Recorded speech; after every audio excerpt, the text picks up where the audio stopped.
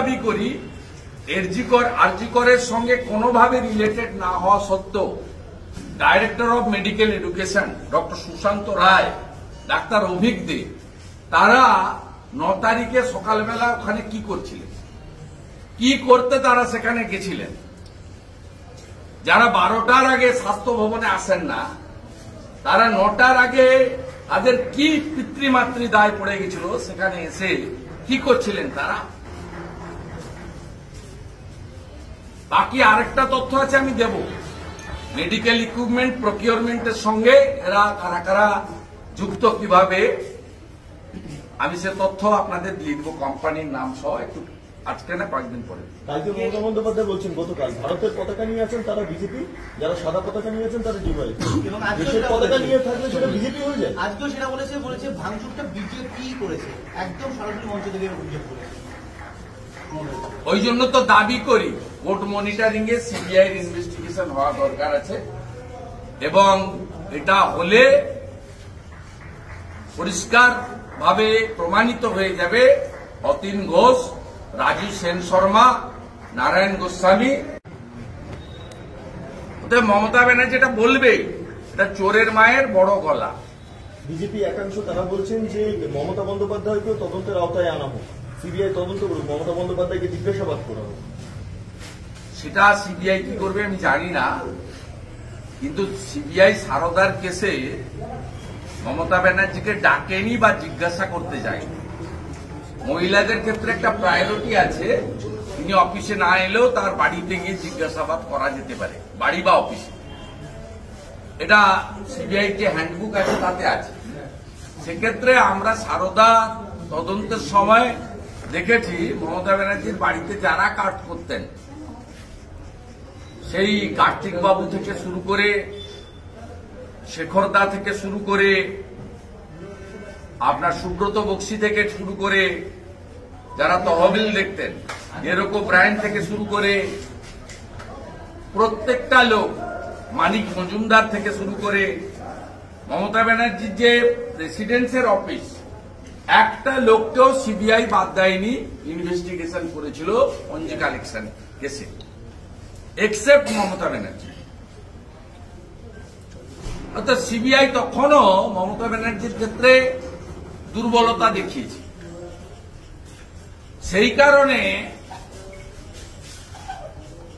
আমাদের ডিমান্ড ছিল, আমি petitioner, one of the petitioner public interest লিটিগেশনে, আর স্টুডেন্টদেরও ডিমান্ড ছিল যে হাইয়েস্ট ইনভেস্টিগেশন, জুডিশিয়াল ইনভেস্টিগেশন। আর আমার প্লেয়ারে ছিল, অন্যদেরও ছিল, শেষ মুহূর্তে তার পরিবারও যুক্ত হয়েছে হিয়ারিং এ, মানে পিটিশন করেছে। ফার্স্ট ইনিশিয়েট আমরা 2-3 জন করেছিলাম। সেখানে আমার ডিমান্ডই ছিল যে সিবিআই কে ইন্ডিপেন্ডেন্ট ইনকোয়ারি করতে দেবেন না, কোর্ট মনিটরিং ইনভেস্টিগেশন হওয়া দরকার আছে। তাই কোর্ট মনিটরিং করছে, এবং কোর্ট খুব সিরিয়াস।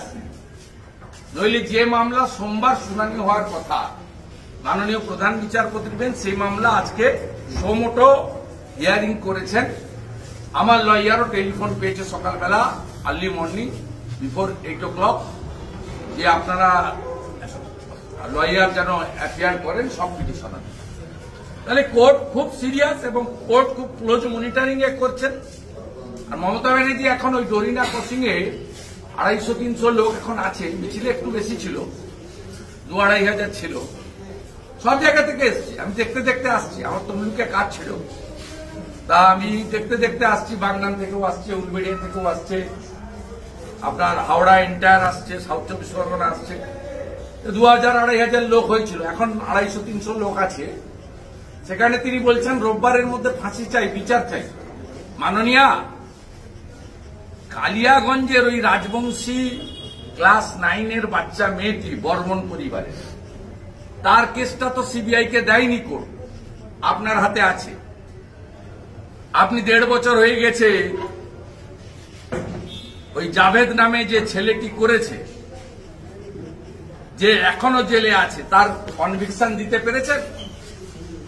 মাননীয় ময়নাগুড়ির ক্লাস 11-এর ট্রাইবেল বাচ্চা মেয়েটি, গোর্খা পরিবারের, মাটিগাড়ার, তাকে আপনি ন্যায় বিচার দিয়েছেন? ওই মামলাটা তো সিবিআইয়ের কাছে নেই। আমি এরকম 100টা মামলা বলবো 2021 থেকে অদ্যাবধি 3.5 বছরে যে মামলা সিবিআই নেয়নি। আপনি আসামিদের অ্যারেস্ট পর্যন্ত করেননি, চার্জশিট দূরের কথা, চার্জশিট পর্যন্ত দেননি, সাপ্লিমেন্টারি চার্জশিট তো দূরের কথা। উল্টো দিকে আপনি কি করেছেন? কামদুনিতে বারাসাত কোর্ট যাদেরকে ফাঁসির অর্ডার দিয়েছিল, আপনার দলের নেতা 19টা পিপি চেঞ্জ করে, 19টা পিপি আপনি হাইকোর্টে চেঞ্জ করেছেন, আপনার ল ডিপার্টমেন্ট করে তাদের ফাঁসির দণ্ডাদেশ থেকে বেকসুর খালাস করেছেন। কামদুনির নির্যাতিতা মৃতার ভাইকে আপনি সিকিউরিটি দেননি, টুম্পা মৌসুমীকে আপনি সিকিউরিটি দেননি। আপনি সিকিউরিটি দিয়েছেন লোয়ার কোর্টে ফাঁসির দণ্ডাদেশ প্রাপ্ত, পরবর্তীকালে আপনার সিআইডি এবং আপনার পিপির সৌজন্যে যারা হাইকোর্ট থেকে খালাস পেয়েছে তাদের বাড়িতে আপনার এখনো পুলিশ বন্দুক নিয়ে পোস্টিং হয়ে আছে, তারা আপনার ভোট করায়। আর আমি যেদিন মহিলাদের নিয়ে কামদুনিতে মিছিল করেছিলাম, মিছিলে আপনার লোকেরা পাথর ছুড়েছে, আমাদের লোকেরা গাড়ি ভেঙেছে, আমাদের বারাসাতের পার্টির জিএস এর কপালও ফেটেছে। এই হচ্ছে অ্যাকচুয়াল সিচুয়েশন। আপনার মুখে নারী সুরক্ষা আর সিবিআই কে রোববারের মধ্যে দিয়ে দিতে হবে মামার বাড়ির আবদার নাকি আপনার? আপনার এসপি দাসও যাবে, আপনিও যাবেন।